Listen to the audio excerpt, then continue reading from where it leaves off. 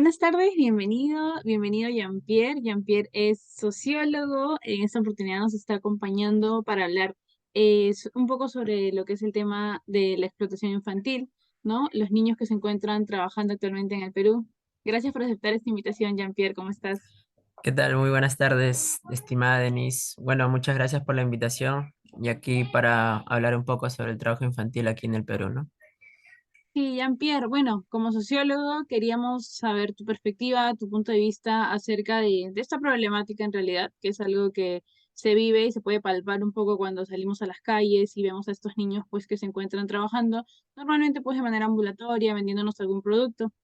En este caso pues sería importante saber cómo puede afectar esto en el desarrollo de los niños dentro de una sociedad. Sí, bueno, en primer lugar, para tratar de hablar de trabajo infantil, debemos definir qué cosa es trabajo infantil, ¿no? El trabajo infantil vendría a ser cualquier actividad mental o física, si se quiere llamarlo, ¿no? Que realiza un niño, ¿no? Desde los 5 hasta los 16 años, normalmente es considerado como un trabajo infantil, ¿no?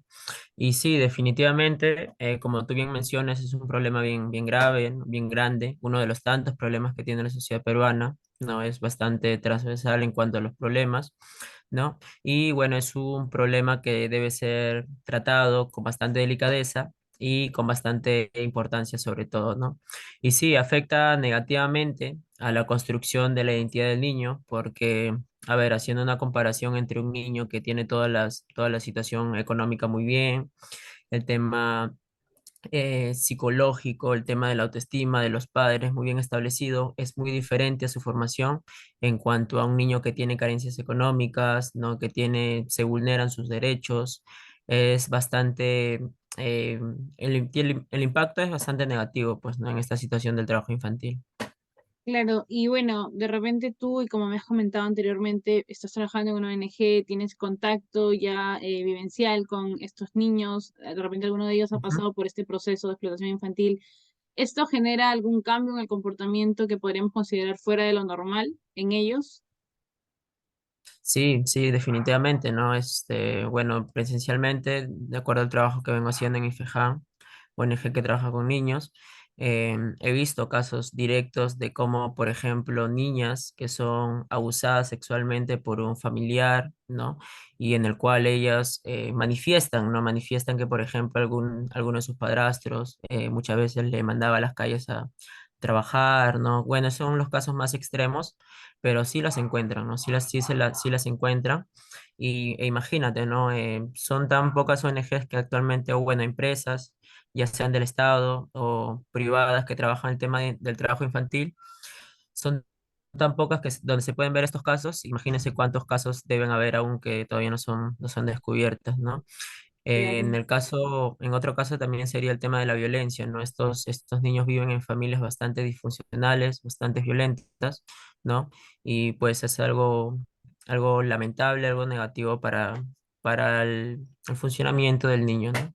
Y su Claro, crecimiento. porque justamente podríamos decir que al venir de una familia disfuncional no solamente están padeciendo el hecho del trabajo, sino que también abuso, violencia, entonces definitivamente no van a ser los ciudadanos que quisiéramos se inserten más adelante en la sociedad, ¿no? Ahora, ¿qué derechos estaríamos vulnerando los adultos al permitir estas condiciones en los menores? Bueno, básicamente los derechos fundamentales, ¿no? El derecho a la estabilidad económica, ¿no? El derecho a también a la igualdad, sobre todo, porque como mencioné antes, es muy diferente, ¿no? El crecimiento, el desarrollo de un niño que tiene que, por ejemplo, estar pensando en la noche llegar con un dinero a casa, ¿no? O a un niño que simplemente piensa en sus tareas, en sus responsabilidades y en seguir aprendiendo, seguir riendo, ¿no? El derecho a la igualdad, el derecho a la salud también, ¿no? Porque estamos saliendo de una pandemia, no estamos que nos reinsertamos recién de manera presencial en el tema de las actividades económicas y muchos de estos niños están propensos a enfermarse, ¿no? Y bien se sabe que los niños, ¿no? Así como los adultos mayores son personas o son poblaciones bastante vulnerables a todo tipo de enfermedad, ¿no? Sobre todo los derechos afectados serían los derechos fundamentales, ¿no? De los niños, tanto el derecho a la salud, derecho a la estabilidad económica, derecho a la educación también, ¿no? Que porque por lo cual hay muchos niños que por estar vendiendo, ¿no? Gastan tiempo en el tema de las ventas, el tema de estar en las calles, ¿no? Y no le dan el debido tiempo a lo que son los estudios, ¿no? Así es. Y bueno, lamentablemente estamos justamente en un país donde esto se ha hasta normalizado. Como decía, salimos a las calles y se nos hace cotidiano encontrarnos con uno o dos niños, ¿no? Aparte de los adultos que por ahí pueden estar haciendo algún comercio. ¿A qué se debe? ¿Por qué crees que como país vemos esto de una manera un poco indolente? Bueno, la principal crítica, no, yo que he estado, bueno, hace unos meses ya estoy trabajando aquí con niños, la principal crítica que aquí puedo hacer es en el tema de el performance que no se le da al niño, ¿no? El tema de la autonomía que no se le da al niño, ¿no? La importancia que no se le da al niño. Al niño se le ve como una persona que simplemente viene a aprender, ¿no? Y no se le ve, por ejemplo, del lado de que el niño es bastante creativo con las cosas que él hace, ¿no? No se le ve que también el niño es muy capaz de desarrollar problemas, así como el adulto. No se le da la principal relevancia que el niño, tanto como el adulto, también puede hablar de temas sociales, puede ser crítico, puede analizar, ¿no? Se le ve desde un lado inferior al niño y pues no se le da la autonomía importante que se necesita, ¿no? Porque, a ver, hagamos una diferenciación, como bien digo, ¿no? En casos, por ejemplo, cómo crecen los niños en Estados Unidos, en Europa, crecen con otra mentalidad, ¿no? Y en cambio aquí, en el Perú, en países de Latinoamérica, todavía pensamos que el niño es ese ser que nosotros debemos proteger, ¿no? Y, por ejemplo, la autonomía no se le viene dando desde, bueno, en el colegio tal vez algunos, ¿no? Pero desde los padres, más que todo se le trata de minimizar sus acciones o lo que ellos pueden construir, ¿no? Claro, sí, justamente, bueno, y nosotros como sociedad, ¿no? Primero, con cuestión a leyes, porque si bien es cierto esto pasa, hay definitivamente una ley que, o varias leyes que no están siendo pues acatadas en la medida que debería ser. ¿Cómo podríamos mejorar nosotros como ciudadanos y el Estado, el gobierno, digamos que procurar pues cuidar a estos niños, ¿no?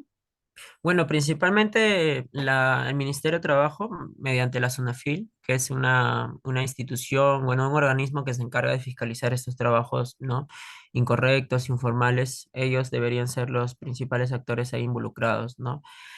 También nosotros como sociedad civil, las personas,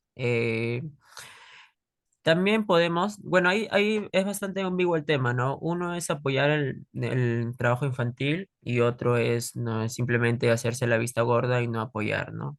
Ujú. Si apoyas, ¿no? Como bien se sabe, tal vez le puedes ayudar al niño medianamente, ¿no? Medianamente, a corto plazo, le puedes ayudar en el tema económico. Claro. Está en el campo, claro, pero de igual manera estás apoyando a que él siga, ¿no? Que siga con su trabajo, ¿no? En cambio, si no apoyas, bueno, eso te hace una persona arrogante, ¿no? Una persona desinteresada, ¿no? Pero una alternativa de desarrollo tal vez de los niños sea, ¿no? Que ellos puedan tal vez trabajar, pero de acuerdo a sus capacidades. Es decir, no vas a mandar a trabajar a un niño de 12 años, por ejemplo, en construcción, ¿no? No vas a mandar a trabajar a una niña de 8 años tal vez en lo que es, no sé, estar en la calle, estar propensa a tantas personas, ¿no? Sobre todo adultos mayores, ¿no? Eh, que siempre tratan de vulnerar los derechos de las niñas, ¿no? Al menos desde el campo y desde la organización en la que estoy, siempre tratamos de darle una alternativa a ellos para que ellos, mediante micronegocios, ¿no? Vendiendo cosas pequeñas, ¿no? Por ejemplo, el tema de artesanías, cuando hay campañas, organizarnos, ¿no? Vender el tema de las gelatinas, pero de manera responsable, ¿no? Y de manera responsable y sabiendo que, por ejemplo, esas ganancias que se tienen pueden ser reinvertidas o pueden ser, ¿no? Construidas o invertidas en algo productivo que les sirva a ellos, ¿no? Claro. Y desde tu campo de acción como especialista, como sociólogo, ¿consideras que nosotros como país hemos tenido una mejora en esta problemática o digamos que se ha mantenido en el tiempo? La pandemia puede haber agudizado el hecho de la pobreza en estas familias que normalmente tienen a los niños trabajando. ¿Consideras que ha habido un cambio o qué podríamos decir de ello? Sí, sí, la verdad que sí ha habido una mejora leve, sí que en los últimos años hay algunas instituciones, algunos organismos, ¿no? Desde mi experiencia puedo comentar yo que, por ejemplo, hay más instituciones internacionales interesadas en trabajar con niños, ¿no? Trabajadores de la calle, pero de igual manera, no solamente la pandemia, sino lo que es la migración venezolana ha traído consigo que esto se vuelva más crítico, ¿no? Ahora con la migración venezolana, por ejemplo, hay más sobrepoblación de niños trabajando en la calle, ¿no? Y eso es algo que nosotros debemos reevaluar como, como sociedad, pues, ¿no? Y ver qué acciones tomar, ¿no? Bien, Jean-Pierre, gracias, gracias por toda la información que nos has dado, por tu aporte, significa bastante, bueno, en ese trabajo de investigación que se está haciendo y bueno, por aceptar este espacio para poder informarnos un poco más. Nada, bueno, gracias a ti, Denise. Bueno, te conozco ya de hace años.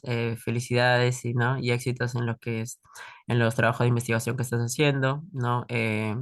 Sé que es algo que te apasiona, así que nada, pues un abrazo fuerte y bueno, muchas gracias por la invitación, ¿cierto? Gracias.